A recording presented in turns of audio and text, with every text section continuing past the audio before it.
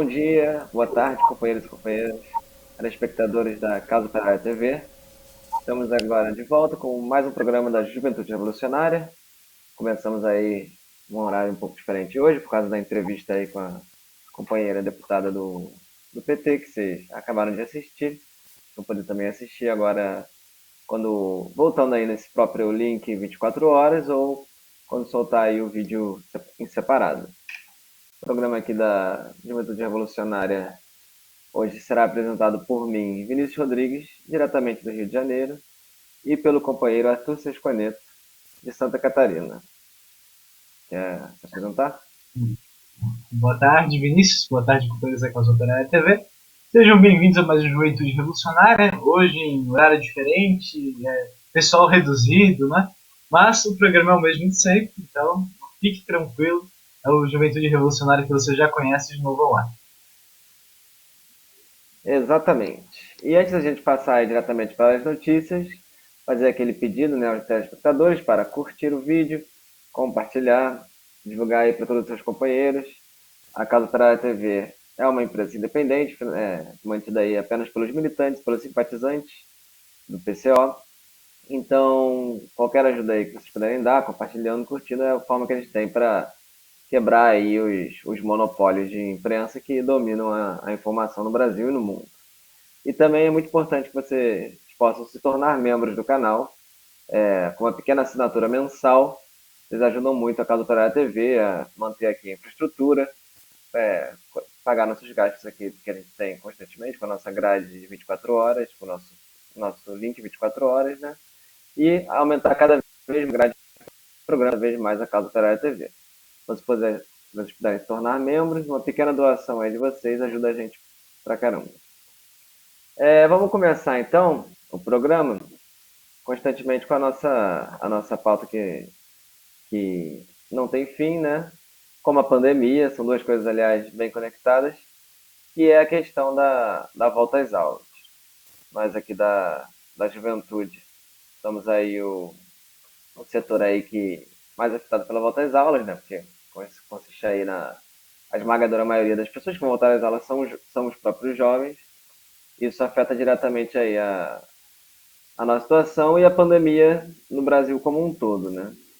E essa questão da volta às aulas vem se desenvolvendo cada vez mais com um ataque cada vez mais forte, apesar aí do auge da pandemia. A gente está aí com mais de 300 mil mortos.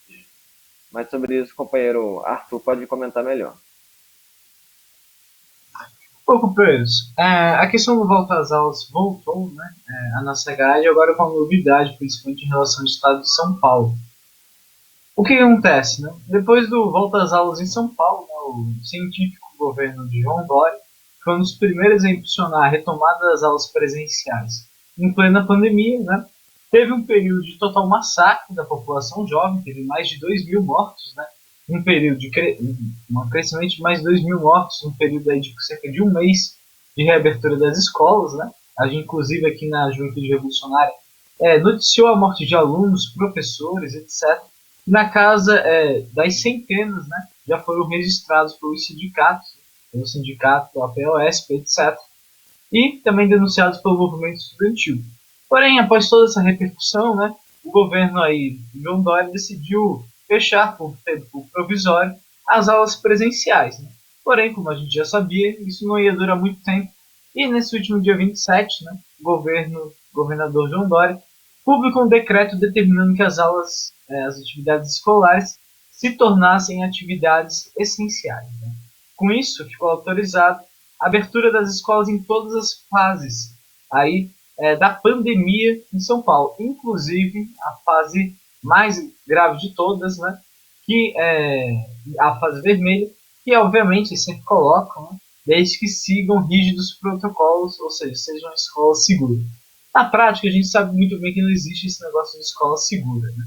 Não existe protocolo nenhum que ou os golpistas dizem que vão seguir, ou que um protocolo algum que seja seguido, que resolva o problema da contaminação em massa nos ambientes escolares. Né? A gente viu, inclusive, com o público reduzido, que as escolas se tornaram, aí, nesse único mês que foi reaberto em São Paulo, um dos principais pontos aí de proliferação da doença. Vale dizer E isso acontece principalmente não só por causa da falta de proteção no ambiente escolar, mas sim que naturalmente aí o jovem, o professor, vai ter que pegar o transporte público, vai ter que se locomover, etc. Ou seja, a pessoa tem diferentes locais onde ela pode se contaminar até chegar na escola, e a escola nada mais é que um ponto de concentração da proliferação do vírus. Né? Então a gente viu os casos em São Paulo, né? Porém o governo Dória está muito longe de estar preocupado com esse problema da pandemia, né? Com a juventude, está interessado na realidade em impulsionar a economia, a falida economia capitalista aí, que está principalmente na pandemia, em maus lençóis, e busca reabrir as escolas. Né? Inclusive, esse problema da vacinação, da volta às aulas, vem junto aí com uma certa demagogia no problema da vacinação. O Dória colocou que ele ia buscar vacinar, né, iniciar um projeto de vacinar os professores. Mas como a gente mesmo já disse aqui, a vacinação dos professores é a primeira. Né? A gente não pode acreditar que isso vai acontecer da forma que o pessoal está divulgando. Basta ver o plano de vacinação do Dória, né? Que foi iniciado lá no mês de janeiro, início do mês de fevereiro, com a intensa campanha, e a gente vê como é que está agora. Não há vacinação alguma na população, de fato, né? É uma grande demagogia. E em segundo lugar, porque não adianta apenas vacinar os professores. Os alunos, inclusive, são a maior parte do pessoal que está nas escolas e também o pessoal que tem contato direto com o transporte público e tudo mais. Ou seja, o ponto de proliferação das escolas da pandemia continua sendo o mesmo ponto gravíssimo. Né? E, bom, além disso, né, a gente vê aí que essa questão do Dória, né, inclusive remete a um problema que está sendo utilizado como pretexto em todo o país. Esse problema da reabertura muitas vezes vem aí com pretexto de que a juventude se contamina menos, etc. Mas a gente viu, inclusive, em testes, né, em próprio São Paulo, no Rio de Janeiro e no Amazonas, que o percentual aí de contaminação da juventude não só é um percentual grande, como não para de crescer. Né? Hoje em dia, a média, inclusive, de contaminados e de mortos, né, nos hospitais está a média de idade cada vez menor. Né? Inclusive, o que era antes na faixa de 60 anos, agora a gente vê muitas pessoas em torno de 30, 20, inclusive menos, falecendo aí nos hospitais. Né?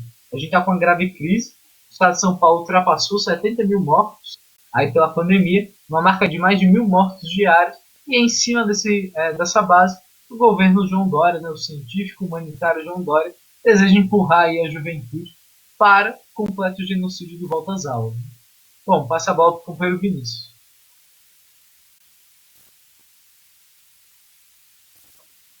Bom, o Arthur apresentou aí bem o quadro, né, que tá da volta às aulas.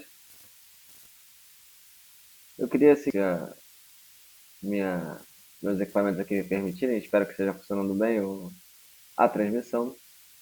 A questão aí da data da volta às aulas no estado de São Paulo, né? E é muito interessante, porque o estado aí tem mais de 73 mil mortos. Agora que a gente chegou no nível de tragédia, né, que tem quase 4 mil mortos diariamente aqui no Brasil, de acordo com os próprios números oficiais, nós temos aí um problema da, da, do estado de São Paulo somente bater aí 1.000 mortos diariamente, né, que era uma coisa que a gente achava já um número absurdo nacional. Isso acontece agora só no estado de São Paulo. E a gente vê aí que mesmo com esse momento de auge da pandemia, tem uma pressão gigantesca para reabrir as escolas, né? Que é como a gente já explicou aqui diversas vezes, mas é bom sempre lembrar, é uma medida puramente econômica aí para manter os lucros dos capitalistas, que têm estimativas aí trilionárias para, na casa da América Latina, né? De qual é o dano econômico que causa se manter aí milhões e milhões, dezenas de milhões de jovens em casa sem aí rodar a economia. O dano econômico é grande, então vale aí o assassinato de milhares de pessoas, né, para aplicar essa política genocida de volta às aulas. Teve um recesso aí, imposto pelo governo Dória, não resolveu congelar as aulas, ele definiu um recesso, e agora as coisas vão mudando, né, ao longo dos dias, né, eles tentam abrir sempre o mais cedo possível, mas nem sempre há uma resistência muito grande. Mas o próximo dia que foi marcado foi o dia 12 de abril, daqui a menos 2 semanas, né? E é um. Assim, ninguém acredita que a situação vai estar melhor em 2 semanas. É óbvio que vai estar mais ou menos como está atualmente. Afinal, nada está sendo feito para tratar a pandemia, né? Existe aí a farsa de um lockdown, que não funciona para nada, só reprime a população, reprime a juventude, inclusive, né? O lockdown aí foi uma arma utilizada para reprimir mais ainda as festas da juventude nas periferias, que já eram reprimidas constantemente, né? Só lembrar da chacina de Paraisópolis. Não precisou de pandemia, não precisou de lockdown para PM invadir a favela e matar aí mais de 10 jovens. Então é isso que o lockdown consegue. E, o, e mesmo sem essa perspectiva nenhuma de melhora, temos aí a data marcada para o dia 12 de abril, para as escolas municipais e para as escolas privadas particulares no estado de São Paulo. E é uma coisa meio ridícula, né? Porque eles botam lá o limite de 35% de estudantes por sala de aula e fazem algumas medidas demagógicas que a maior parte delas não é cumprida. E mesmo que fosse cumprida, não seria o suficiente. Aí você vê que eles tentam aí fingir que existe uma segurança, né, nessa volta às aulas. Que é um completo absurdo, né? Não existe segurança nenhuma. E a gente sabe que, dependendo da escola. Teste, alô. Tá rodando, pode falar. Alô, opa. Bom, desculpa aí, companheiros. Então, no capitalismo, né, a gente não tem os equipamentos que a gente gostaria de ter para apresentar aí as notícias, desenvolver um trabalho de imprensa, né? Bom, mas seguindo. É, temos aí essa farsa completa que é as medidas de segurança, que são apoiadas por setores da esquerda. Os movimentos estudantis aí que dirigem a UNE, a UBS e outras organizações muito importantes apoiam essa política farsesca aí de volta às aulas com segurança, que a gente sabe que não existe, né? É uma política aí de capitulação e isso fica muito claro quando a gente vê que não existe uma mobilização real, não existe uma mobilização real nem para essa segurança, né? É só uma demagogia falada da boca para fora. O, o, Outra questão aí que a gente vê nessa volta às aulas de São Paulo é justamente a questão da vacinação, né? Porque, visto que os professores, em tese, são um grupo de risco aí mais, mais perigoso, de fato são, né? Comparado com os alunos, eles têm um risco maior de vida aí com a questão da pandemia. Mas isso é uma farsa completa, né? Porque os alunos têm não só a sua própria vida a perder, que o companheiro Arthur já estava comentando aí que as variantes do vírus estão ficando cada vez mais letais para nós, né, os jovens, como tem as famílias, né? É muito difícil um jovem morar apenas com jovens, né? Em geral, as pessoas moram aí com famílias, com pessoas mais velhas, muitas vezes moram com os idosos, né? E é uma coisa perigosíssima aí você aglomerar todo mundo, mas só os professores estão vacinados, né? É uma medida demagógica aí para fingir que tem alguma segurança, também para apaziguar os ânimos dos professores, que estão travando aí uma forte luta contra a volta às aulas, travaram uma greve aí bem combativa no estado de São Paulo, e tentar aí comprar os professores para voltarem às aulas. Mas é um absurdo completo essa política. A única maneira de fato voltar às aulas é com uma vacinação em massa da população como um todo, né? Com o fim da pandemia. Não aí com uma vacinação parcial de algum setor dos professores, né? Que é uma coisa que é feita aí também em outros setores econômicos, né? Por exemplo, aqui no Rio de Janeiro estão querendo vacinar primeiro os PMs, para agradar os PMs aí, para deixar a base da repressão, né? Um pouco mais. Porque eles sabem que eles precisam, né, da repressão, né? Deixar apaziguar os ânimos lá da PM. Outra coisa também é vacinação só dos guardas de prisão, os carcereiros. Que os presos, né, de acordo com a teoria Xuxa, a Xuxa explicou muito bem a política aí da direita, da extrema-direita, do governo Bolsonaro, o preso é pior que um rato de laboratório, né? O rato não podemos testar em rato, mas podemos testar em presos. Então, para que vacina, né? Vacinar os presos. Eles poderiam ser usados aí para testes de vacina, né? Mas não para de fato vacinar como um ser humano que eles são, né? Uma pessoa com todos os direitos que não, nem deveria estar presa agora durante a pandemia. A maior parte deles deveria estar solto para que eles pudessem ter o direito ao isolamento, né? Então a gente vê aí essa política da vacinação, que bom, tem uma escassez aí de vacinas proposital, porque o governo não compra, e aí vai dar acaba que resulta nessas políticas absurdas aí, de vacinar alguns setores, como os professores, os PMs, os carcereiros e alguns pequenos setores da sociedade, quando deveria estar vacinando todo mundo, né? Tem até uma piada que eu escutei aí dos companheiros de São Paulo falando que o Dória vai ter que, na fila de vacinação dos professores e dos PMs, elas vão ter que ser muito distantes, né? Porque quando os PMs ficam perto dos professores, eles tendem a agredir os professores. Então não, ele tem que tomar cuidado aí com os postos de saúde para não ter esses dois grupos juntos, né? Mas eu acho que essa questão da vacinação é uma questão muito relevante. Antes de eu falar um pouco mais disso, queria ver se o companheiro Arthur tem uma gostaria de complementar ou se eu passo aí para a questão da vacina em si. Ah, não, apenas para complementar o problema da vacinação, né?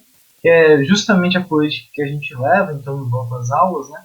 Sempre fica pode ficar, às vezes, uma interrogação, né? Qual é a política final da JR a respeito desse problema, né? Do volta às aulas presencial, etc. A gente defende, né? Que volta às aulas não deve se dar, assim, como diz a esquerda burguesa, quando estiver segurança. Muitos setores, inclusive, levam essa palavra de ordem, volta às aulas com segurança. A gente não defende volta às aulas com segurança, muitas aspas nesse segurança, né? Porque isso aí não significa nada de concreto. Como a gente viu aí, segurança do João Dória significa as aulas abertas, né? Quem vai fazer a volta às aulas é o João Dória. O que significa o segurança para ele? Bom, para ele deve ser colocar 40 alunos na sala de aula para ele é seguro, né? Então, assim, não é baseado num negócio abstrato, mas sim a gente apoia, né, a retomada das escolas apenas com a vacinação de fato completa da população. Nada adianta, como a gente falou, vacinar um setor minoritário, tem que vacinar toda a população. Os estudantes entram em contato, por exemplo, não só com os professores, mas no transporte, com a família, etc. Ou seja, e a escola se torna esse ponto aí de proliferação da pandemia. Por isso que a gente levanta a nossa política de volta às aulas apenas com vacinação, de fato, da população. Que é o que deve ser feito. Né?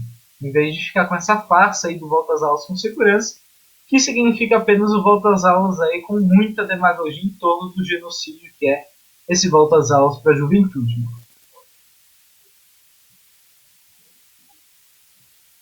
Exatamente. E acho que a questão da vacinação, ela se liga diretamente aí o próprio desenvolvimento da ciência, né, de fato, né, não essa farsa aí que eles apresentam como os políticos, os governadores científicos, essa coisa, mas o desenvolvimento da ciência e o desenvolvimento da tecnologia, que está diretamente ligado às universidades, né? Você vê que os ataques aí à juventude, agora eles vêm como a volta às aulas, a reabertura das escolas, mas no geral eles vêm aí como a destruição da educação, a destruição da infraestrutura do ensino como um todo, né? E a destruição da pesquisa no Brasil é uma coisa gigantesca. A gente tem aí um problema muito grande que a gente não consegue mais. A ciência aqui no Brasil, o objetivo, né, do golpe é justamente destruir completamente a produção científica, desenvolvimento de tecnologia, para deixar o Brasil à mercê dos países imperialistas. Né?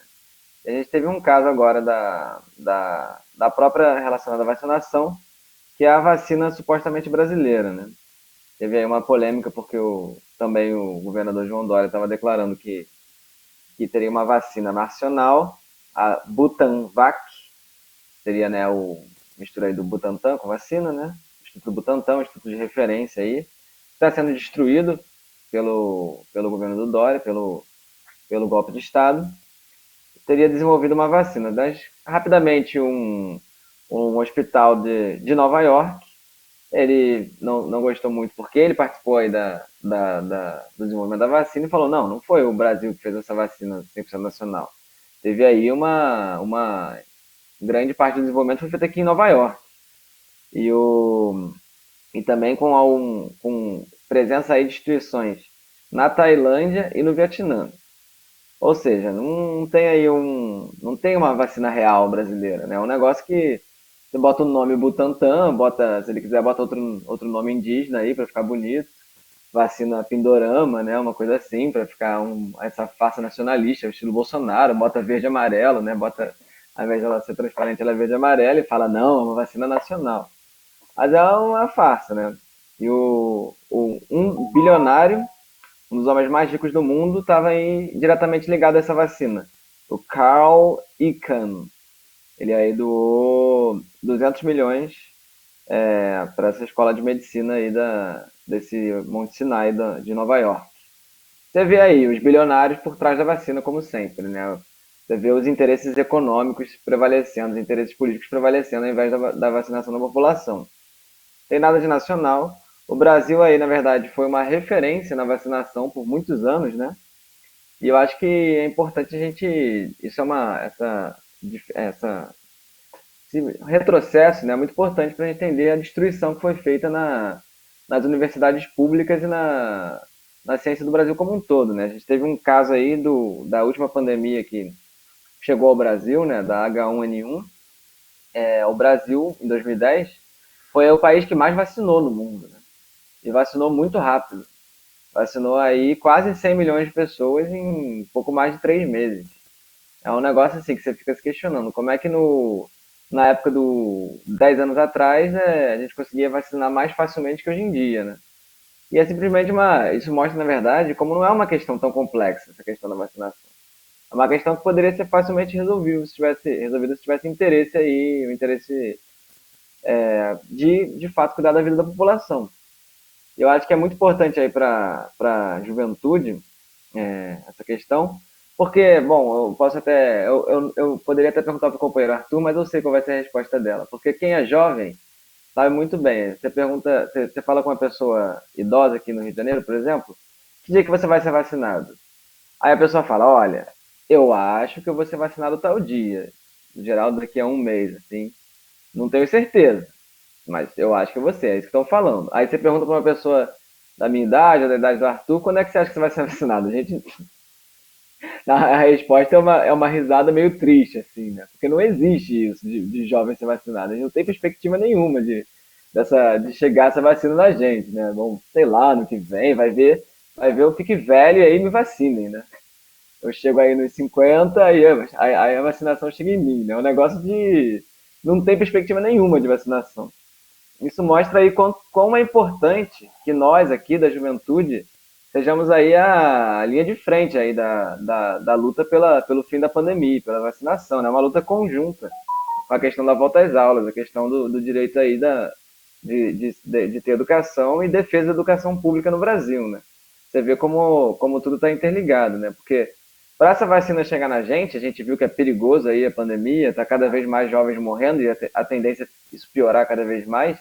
A gente vai precisar aí de travar essa luta em defesa da vacinação em massa da população, né? Porque no ritmo Bolsonaro nunca vai chegar na gente. Agora no ritmo do governo Lula, que vacinou em quase 100 milhões aí em poucos meses, bom, aí nesse ritmo sim vai chegar na juventude, né? Vai chegar aí como foi feito em 2010, a vacinação da população brasileira, a maior parte, né, digamos aí 80% para cima, que é o necessário, chegaria aí ainda nesse ano. Isso porque na época era um governo aí nacionalista, um governo de esquerda do Lula, que de fato tinha uma relação com a população e exportava com a população. E é isso que a gente precisa conquistar agora no atual regime, né? Acho que sobre essa questão da vacinação, então, antes de falar dos atos, na verdade, estava a questão dos atos, mas vou passar para falar da intervenção bolsonarista, que a gente fala das manifestações, que são uma coisa muito importante. Bom, desde o início, aí, desde o final do governo Temer, a gente já viu isso acontecendo. Bolsonaro multiplicou isso exponencialmente e agora a gente está vendo a continuação, né, do problema das intervenções bolsonaristas, que são os reitores, né, que o pessoal chama de interventores, que estão assumindo, né, o posto da reitoria em diversas universidades, institutos federais de todo o país. Né.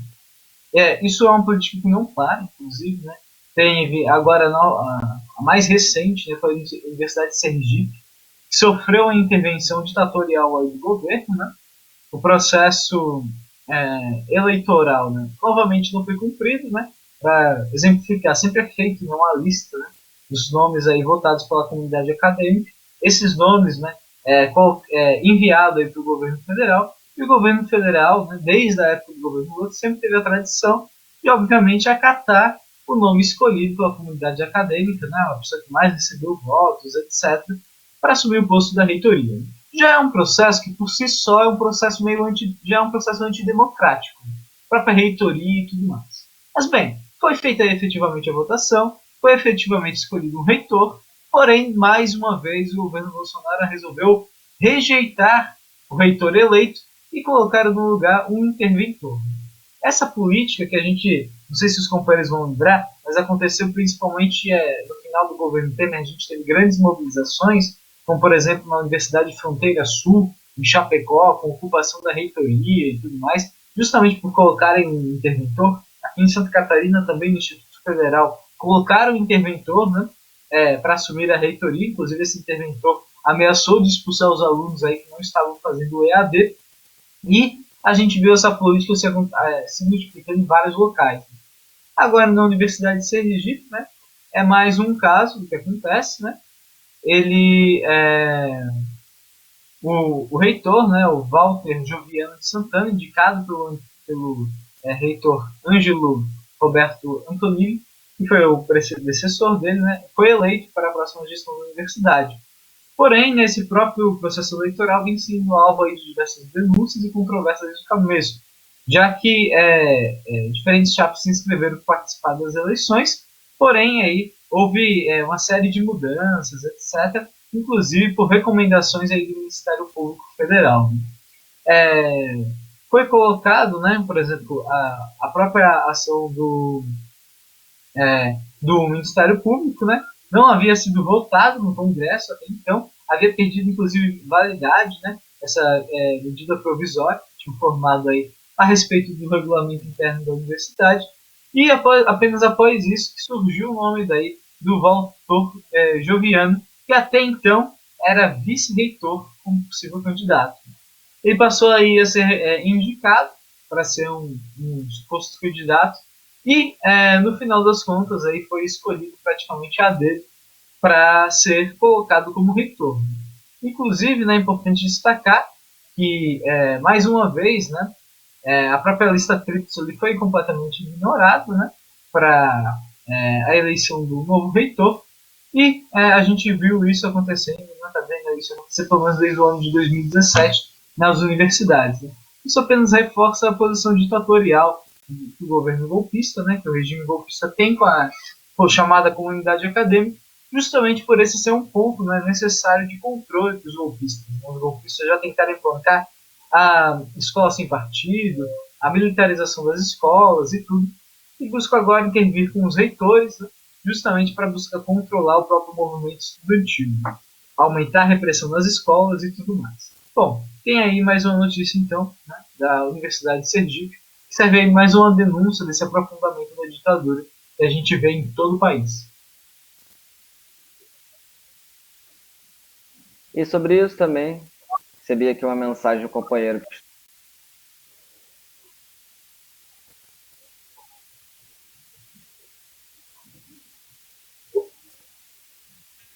por cima aí da lista da eleição e indicou aí o último colocado na lista tríplice. Então, estou procurando aqui mais informações, aparentemente ainda não tem muita coisa sobre, mas é uma denúncia aí de um companheiro aí, estudante da Rural. Então, temos aí mais uma intervenção, mostrando aí o autoritarismo aí do governo Bolsonaro em cima das universidades, né? Nesse ritmo, a gente não vai ter mais nenhuma universidade minimamente influenciada pelos estudantes, né? Porque o modelo antigo já era ruim. Mas vai ser uma universidade aí totalmente dominada pela extrema-direita, que é uma coisa muito perigosa. E sobre aí, né, a dominação da extrema-direita, a gente chega no nosso tema principal, que é justamente a luta contra os fascistas, a luta contra a extrema-direita e contra o golpe como um todo, né? Que foi o que a gente realizou aí no Brasil inteiro, E fora do Brasil, no dia de ontem, dia 31, os militares estavam aí, o Bolsonaro convocou uma manifestação em defesa do golpe militar e da ditadura de 1964.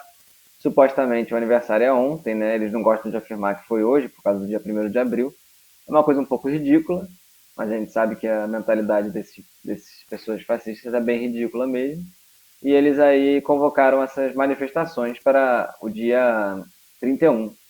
Manifestações fascistas que foram liberadas aí pelo grande democrático STF, né? O grande baluarte da democracia, liberou que o governo executivo e os militares pudessem celebrar aí o golpe militar de 64. O Exército também, o novo ministro da Defesa, aí, o general Braga Neto, que foi aí um interventor militar aqui no estado do Rio de Janeiro, também celebrou aí, ele já estava há cerca de 2 dias como novo ministro da Defesa, deixou claro aí que a celebração do golpe de 64, que instaurou essa ditadura sanguinária que durou 21 anos no Brasil, era a posição aí do Exército. Houve comemorações aí de setores da extrema-direita nas ruas ontem, mas nós aqui do PCO, da JR e outros grupos de esquerda, organizamos aí contra-manifestações que ofuscaram as manifestações da extrema-direita, né? Fizemos aí em mais cidades, com mais pessoas, mais combativas e, de fato, aí manifestações populares contra essas manifestações fascistas, né? Que são aí ligadas a grupos da burguesia que influenciam aí pequenos setores da população. Não sei como é que está aí a questão das fotos, produção. Seria aí o momento de mostrar. Pode passar, eu vou falando algumas. Isso aqui é a nossa manifestação do Rio de Janeiro. Tá aí, dá para ver a presença dos companheiros da JR. A nossa faixa Fora Bolsonaro e todos os golpistas. Abaixo a ditadura do passado e do presente. Isso aí foi no começo, na Praça Cinelândia. Aí tá a manifestação marchando. Nossa faixa famosa do fim da Polícia Militar. Marchando ali para Clube Militar. Aí inspiram os golpes, onde eles comemoram todos os anos a manifestação. Eles comemoram todos os anos aí a ditadura militar. Esse ano, por acaso, não houve comemoração, né? Nós marcamos a nossa mobilização, não sabemos aí se esse foi o motivo, eles comemoraram em outro local, mas não no clube militar. Tá aí a repressão, o RECOM, polícia aí importada do estado de São Paulo, não sei porquê, aqui no Rio de Janeiro parece que existem umas 15 polícias militares diferentes para reprimir a população. Você vê uma sigla nova a cada manifestação. Dá para ver ali os companheiros da JR segurando a faixa, né? Nós da JR tivemos uma grande... Nós aí dedicamos aí um bom tempo, organizamos o ato de fato aqui no Rio de Janeiro, convocamos o máximo de pessoas possíveis, chamamos aí as outras organizações, entramos em contato com outras organizações que participaram, como a FIST, a Casanem, o grupo Tortura Nunca Mais. Fomos aí um setor aí a ponta de frente na organização da manifestação aqui no Rio de Janeiro e no Brasil como um todo, né? A JR foi aí o setor aí que puxou as mobilizações, né, em todo o país, e até fora, né? Que pode continuar com as fotos. Os outros locais eu não vou saber de cor todos, talvez o Arthur Aí, possa informar algum.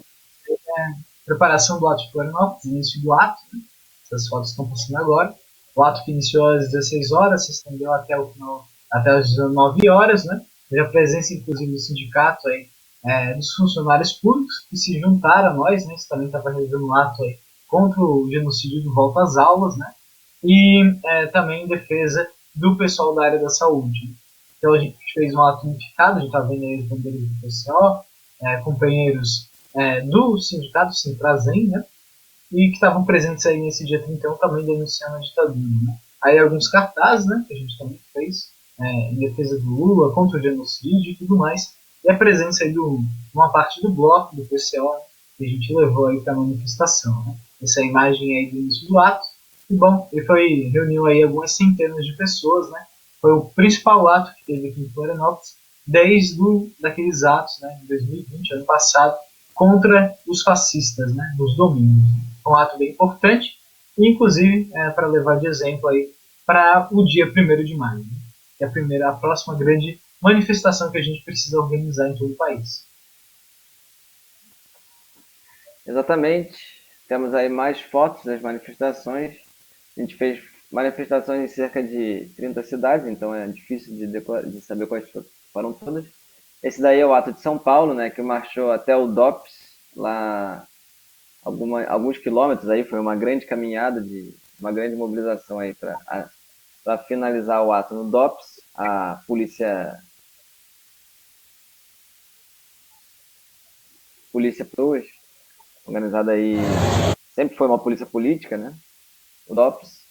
Temos aí no MASP, o início da. Ou isso daí parece um mutirão, talvez, ou o início do ato, não sei. Mas uma mobilização no MASP. Temos aqui a Barcelona, abaixo da ditadura militar, manifestações aí na Europa. Lá onde o lockdown é um pouquinho mais severo, mesmo assim fizeram as mobilizações. Isso daí é um companheiro na Europa também. Pode passar. Berlim, manifestação aí. Em Berlim. Acho que essa companheira aí. Viena, certo? Isso é em Paris. E essa manifestação. Parece Parece francês, eu não sei ainda exatamente qual é a cidade, mas daí é bom para mostrar, né? A questão é até difícil de mensurar. Isso daí, essa língua aí, é fácil de. É finlandês. Daí foi na embaixada ou consulado brasileiro em Helsinki. Você Aí ia as falar que era fácil? mobilizações é fácil identificar, né? Que você não entende É. nada. Acho que tá bom, deu para entender aí. Pode parar de passar as fotos. E eu acho que, assim, como o companheiro Arthur falou, o ano passado tiveram as maiores mobilizações, foram puxadas pelas torcidas, né? E essa manifestação de ontem foi realmente a maior mobilização desde essas mobilizações que aconteceram há quase um ano já, um pouco menos de um ano. E aí, bem paralisado aí, o PCO foi o único grupo que se manteve nas ruas. Mas a gente conseguiu aí transformar o dia 31 num dia aí de reagrupamento da esquerda, né? A extrema-direita estava aí para tomar as ruas e ser aí o maior grupo aí que se manifesta nas ruas. E nós aqui do PCO, em destaque da JR, né, que a juventude é um setor muito ativo, conseguimos aí nos organizar, chamar o máximo de grupos possíveis e conquistar aí um dia de mobilização que foi maior que a da extrema-direita. Apesar da imprensa burguesa citar aí só os atos da extrema-direita, nos boicotou. Se você assiste aqui a imprensa operária, a imprensa revolucionária, a imprensa independente dos trabalhadores, você viu aí as nossas mobilizações, né? Isso mostra aí qual é o caminho, né? Daqui, sempre foi o caminho, mas ficou muito claro, né? Como diz nossa manchete aqui do programa, é o caminho que a juventude deve tomar. É preciso sair às ruas, né? Não dá para ficar fazendo igual a Uni, que fez plenária virtual na hora da manifestação, que é uma capitulação completamente absurda, né? Não mobilizou em nada os estudantes. A gente tem aí o destaque, né? A gente até usou de foto da manifestação a passeata dos 100 mil, foi aqui no Rio de Janeiro, e foi organizado pela Uni em 68, né? Quando alguma coisa estava sendo feita, né? E por causa disso aí a ditadura foi lá e a Uni não conseguiu vencer a batalha contra a ditadura, né? E a ditadura foi lá e acabou com a Uni. E ela ficou 10 anos aí para ser refundada, cerca de 10 anos, né? Mas naquela época, né, a gente vê que o movimento estudantil era a vanguarda aí da luta para derrotar a ditadura. E por pouco não caiu, né? Se tivesse sido mais bem organizado, se tivesse uma política mais correta, poderia ter sido derrubada a ditadura, porque essa é a força que os estudantes têm, né? Os estudantes naquela época conseguiram iniciar aí um período de greves que também ficaram incipientes e não cresceram, né? Mas, na década de 70, as primeiras mobilizações que aconteceram contra a ditadura militar foram mobilizações aí dos estudantes. E sim, aí sim, na década de 70, os estudantes conseguiram puxar o movimento operário para derrubar a ditadura aí, com aquelas famosas greves do ABC lideradas pelo companheiro Lula, né? Então você vê aí o potencial que tem a juventude para derrotar a ditadura dos dias de hoje, né? E a única forma é saindo às ruas, né? Não é fazendo plenária virtual, não é fazendo aí manifestações de apenas botar uma faixa numa avenida ou alguma performance, é para, de fato, colocar os estudantes nas ruas, né? Que é o que a Uni tem a capacidade de fazer. A Uni e a UBS aí que representam milhões de estudantes em todo o Brasil.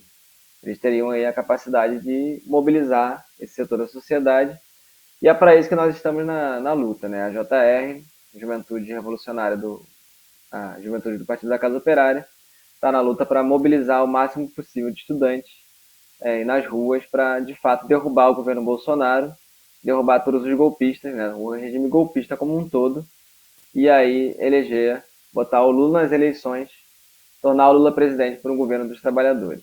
Esse aí é o papel que tem a juventude, né? De ser a vanguarda de todo esse movimento.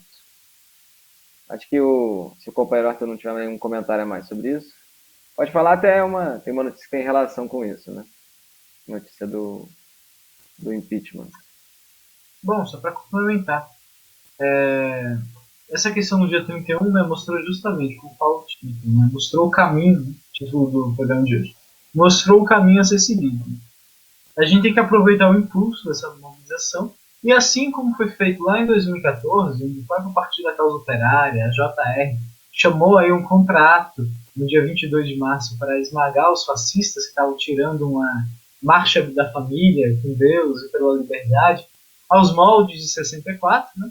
O PCO organizou principalmente em São Paulo contratos, expulsou os fascistas das ruas, etc. Naquele momento, esse ato aí contra os fascistas serviu como pontapé inicial para toda uma campanha de luta contra o golpe de Estado, que viria a mobilizar aí milhares e milhares de pessoas em todo o país. Dessa vez, a gente deve tratar da mesma maneira. Esse dia 31 deve ser como ponto de partida, né, para a mobilização. A gente já fez os atos no dia 27, em defesa do vice-presidente Lula, que demonstram claramente o caminho. A gente realizou agora o ato do dia 31 e é necessário expandir essa campanha para um movimento que está se mostrando cada vez mais crescente. Basta ver aí o aumento nas manifestações. Né?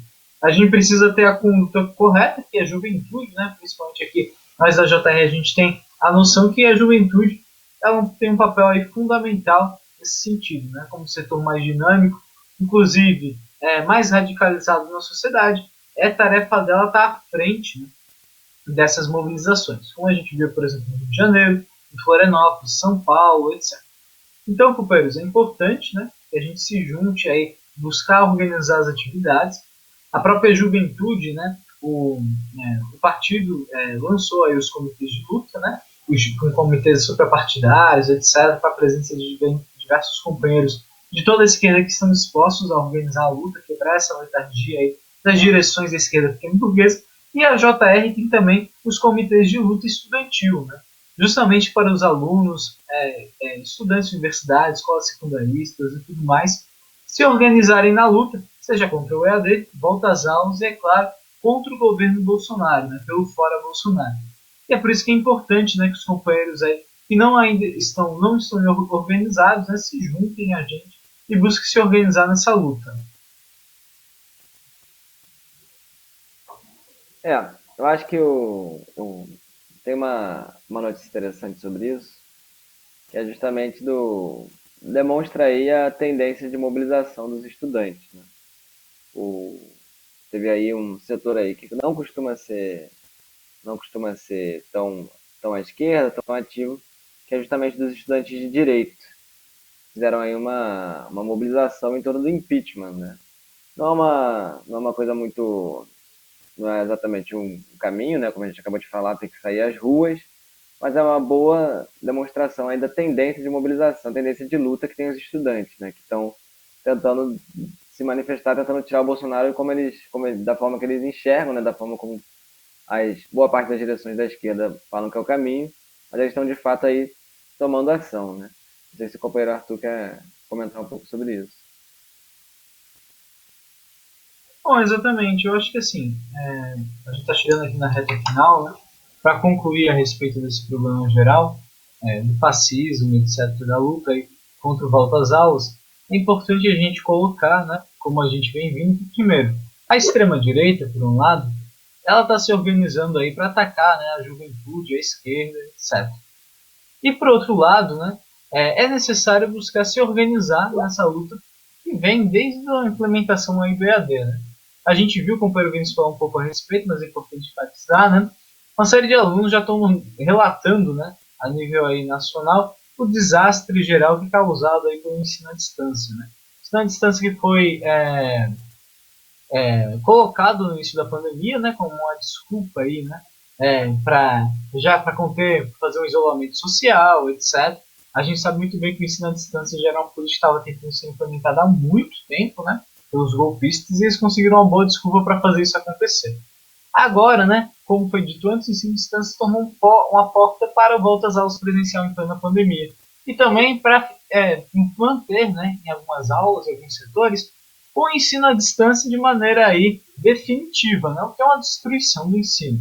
Por um lado, uma série de estudantes, né, a gente já viu no anterior, se organizando junto com a gente aí para combater, realizando inclusive greve no Distrito Federal, em outras regiões também, contra o ensino à distância e a volta às aulas presenciais.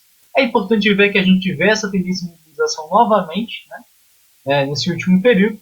E, como eu disse, né, é importante a gente colocar que os comitês de luta estudantil estão justamente se organizando para dar vazão a essa luta, né, organizar a greve contra o EAD, contra o volta às aulas presencial e contra o governo Bolsonaro. Bom, vendo aqui que o nosso tempo está acabando, passo a bola para o companheiro Vinícius para ver se ele gostaria de finalizar com alguma questão. Exatamente. Essa questão do EAD faz parte aí da, da nossa luta, né, da juventude. E acho que a gente deveria adicionar aí que, como a gente disse, né, o EAD, por ser uma farsa completa, e a volta às aulas por ser um genocídio, eles não são o caminho aí real para a mobilização, o caminho para a juventude. Nós precisamos aí de uma alternativa que é basicamente o fim da pandemia, né, para que os jovens possam ter o direito de estudar. Então a luta aí da juventude pelo fim do regime golpista, pelo fim do governo Bolsonaro, também se unifica aí com a luta de toda a sociedade, que também está lutando por essas pautas, né? Junto ao fim da pandemia, né? Uma política real aí de combate à pandemia, que faça aí, como a gente comentei mais cedo, a vacinação chegar até os mais fazer para a pandemia acabar. Então, bom, estamos chegando aqui ao fim do programa. Queria aí agradecer aos companheiros que nos assistiram. O companheiro Sou Eu, mandou boa tarde, companheiro. O companheiro Daniel Santana fez os comentários e o companheiro Walter dos Santos também mandou sua boa tarde. Bom, o programa da JR vai ficando por aqui, né? Nós costumamos fazer ele um pouco mais cedo. O horário oficial é às 14 horas, ele vai voltar a ser às 14 horas na semana que vem. Essa semana tivemos aí a entrevista com a deputada do PT, que vocês podem assistir agora no. Vocês podem assistir agora na Casa Operária TV também, a companheira Marcelia, do PT. Podem assistir, já está o vídeo em separado. Bom, é isso, companheiros. Eu sou o Vinícius Rodrigues, aqui do Rio de Janeiro, e comigo esteve o companheiro Arthur Sespeneto. Pode se despedir. Bom, companheiros, é isso. Desejo aí um bom resto de semana para todo mundo e de aproveite, né? Participe do coletivo da Juventude Revolucionária, reunião nesse sábado, todos os sábados, às 5 horas da tarde. Né? Já aproveite por meio dessa reunião aí, buscar conhecer os demais comitês de estudantil que estão se organizando em todo o país, né? Inclusive Santa Catarina, no Rio de Janeiro e etc. Bom, e é isso, companheiros. A gente se vê na próxima semana. Bom, o programa vai ficando por aqui. Semana que vem estamos de volta às 14 horas. É isso. Um abraço a todos.